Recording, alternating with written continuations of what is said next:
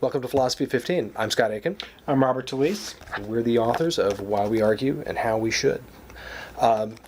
This is the second 15-minute discussion about, second of three, about what we're calling Mill's maxim.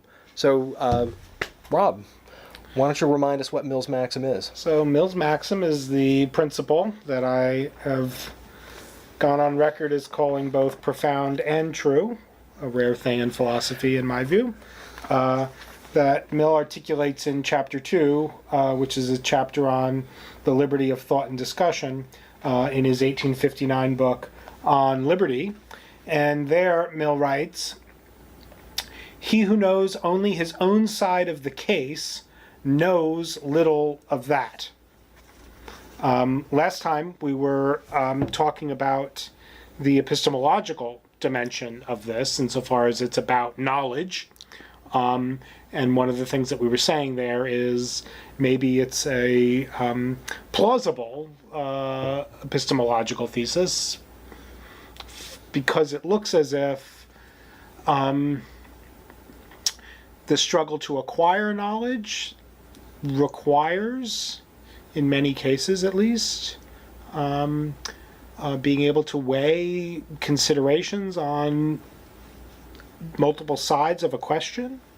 And one of the things that goes into rationally arriving at your view on a plausible story is being able to weigh the kinds of considerations that speak in favor of other views.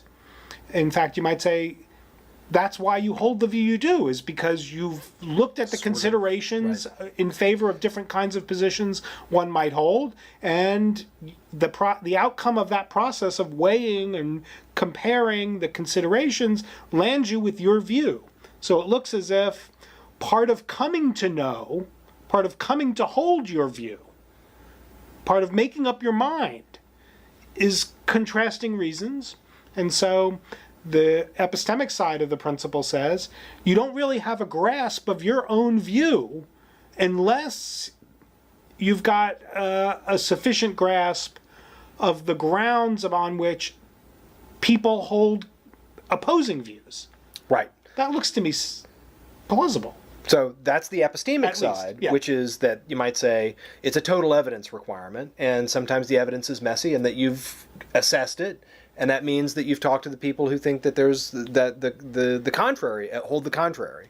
But the second part of the claim was that it was a semantic view too, that the view is contrasted, that it's a form of contrastivism, that you don't understand the view, you don't understand your own view unless you have this contrastive knowledge, that I hold this view and not that one.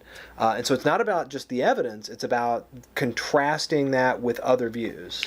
Right. So let me say one thing in favor of that. Right. That looks like that looks less intuitive at least. Right. That's so, right. Like I don't really grasp my view except insofar as I've got some command of the competitor views. Right. Right. So here's why I think that might be plausible too. And maybe the epistemic component is best understood in terms of the contrast class with your view and its more obvious opponents. Right. Right? The relevant competitors. The ones that have got tildes outside them. Right? Yeah. The semantic view, though, might have more plausibility when you consider that when you hold a view, there are views that are not consistent with your views, that aren't exactly opposition views, right? So there's less contradictions and more contraries. Right. They're contrastive views. They're views that are like yours, right? Maybe they're close cousin views. Maybe in some people's minds they're successor views, more refined versions of your view, less refined versions of your view. I think the Mill point here is that you're not able to adequately individuate your own thought from its closest competitors, right? So it's not so. Let me make sure that this is right. Where it's not just that you need to be able to distinguish yourself from the case for the sort of the most far-flung opposition. Right. It's that you need to know the difference between your view and your close cousins. That seems right. In order to understand your view, you have to be able to individuate it, to separate it from close but distinct views. And I think the semantic side of the view is if you can't distinguish your view from your fellow traveling views, you don't understand your view either. Well, at least you understand your family. Right? I mean, and so you might say, so this can go as fine-grained or as sort of piecemeal as you like, or as sort of wide-grained or sort of pixelated as you like, that you can say, well, I don't understand my view whenever it comes to the very fine distinctions between, this interpretation of the view and this other interpretation of the view. But I do know my view as opposed to those who reject it in the far-flung cases, right? So you might even say there's a kind of a gradient to understanding the view, right? I think that's right. So it's not just that I need to know the opposition, it's that sometimes you might say, for some purposes, I just need to know the sort of the rough grain, the sort of the broad brushstrokes differences. In some cases, I need the sort of the finer brushstrokes. That seems right. Okay. As a condition of understanding your position. Got it.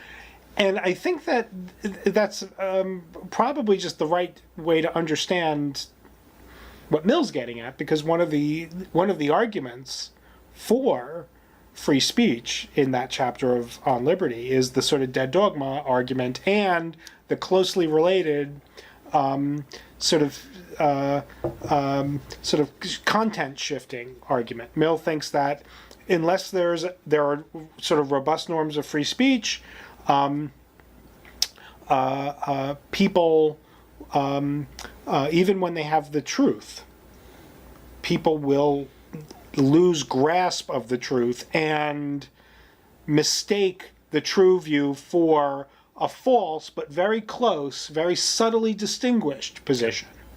Or Mill thinks if there's not the constant clash between positions, the truth is going to be grasped by those who hold it as merely a dead dogma, just a verbal formula that gets repeated in polite company, but nobody's going to understand the precise meaning of the dead dogma, and therefore it will be easily shifted into... And easily knocked over, because someone could just say, that's just a catechism, you say, right? Those are just words now. Right. So now let's think about, so we had seen one version of why someone might resist the view.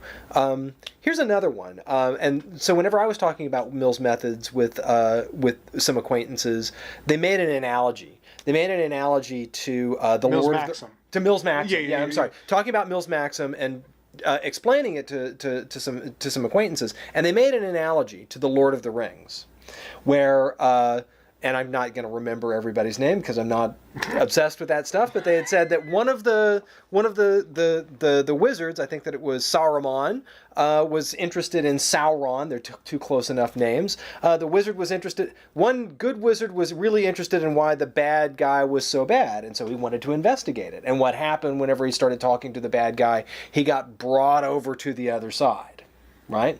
And so, in the same way, you might say something like, so you might say, look, if I'm following Mill's Maxim and I say, look, I think I'm committed to my liberal democratic views, and I'm not just going to know my close cousin liberal democratic views, I'm also going to know the far-flung ones, and so I'm going to know something about Nazism, and so I'm going to read Mein Kampf, right? And I'm going to read it to be able to figure out what's wrong with it, or be able to figure out what the reasons are, and be able to think of what the contrary arguments are. And what happens when I do that in good intellectual inquirer fashion? I get converted.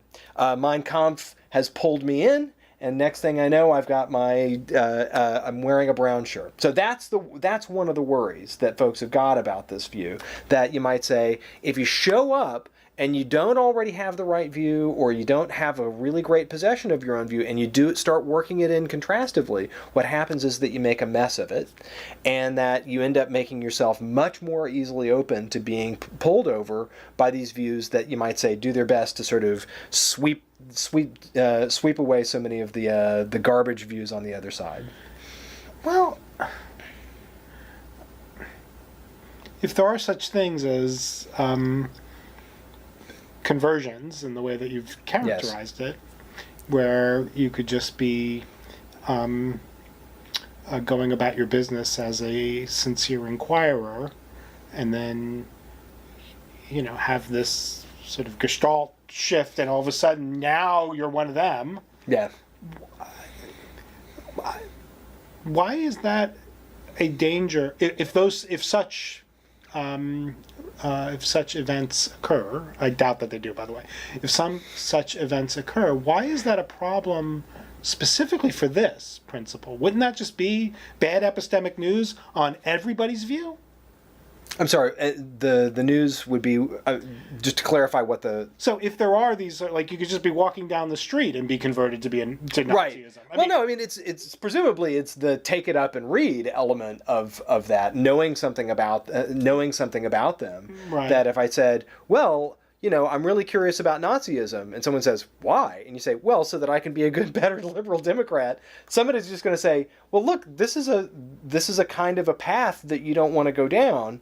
Why? Well, one of them is that even isn't it the case that, like, if people keep going, like I kept visiting, for some reason was like, I'm curious as to what the Nazis are saying, so I kept going to the Stormfront site, and my wife was like, why are you doing that? You're going to get on some list. And I'm like, but I just want to know what they're saying. I don't. Well, getting on the list is another issue. A different kind of hazard. It's a different issue, right? But it's that showing some interest in knowing what they say and trying to figure out their arguments makes you vulnerable to being won over by them. Good, but makes you vulnerable to being won over by them, not because of the arguments, is the claim. And that seems to, right. And so this seems to be one of the. So I wonder how one can maintain that. Right. That is such a worry without as to undermine the maxim, right, without at the same time sort of because it would be something like, I'm really curious about what they're doing in this cult, and you're like, don't go into the cult. What's going to happen is they're going to convert you, right? Something that's going to happen. They'll blow some smoke in your face, and the next thing you know, you'll be like, the nighttime is the right time, or something like that, right? Whatever they say in the cults. Yeah. But again, notice that the worry is that you can create for yourself conditions where you will be converted, not convinced by reasons, but converted. Now, maybe there are contexts in which that's true. Right. Exposing oneself to the rational, or attempts to rationally present the opposing side, doesn't seem to me to be that much of a risk. And if you do think it's a risk, just hearing Nazis talk, reading words that Adolf Hitler wrote in defense of his views, makes you vulnerable to conversion, not being convinced by the reasons, but some irrational process of conversion. If you thought it was that much of a risk, how can you maintain any positive estimation of the views you hold right now? Right. Why wouldn't you just say, "Oh, you were converted to these views too"? Right. It looks as if your own position then has to look deformed. So but then so the concern then would be that if you have that other regarding view, then it looks like you end up having that about your own.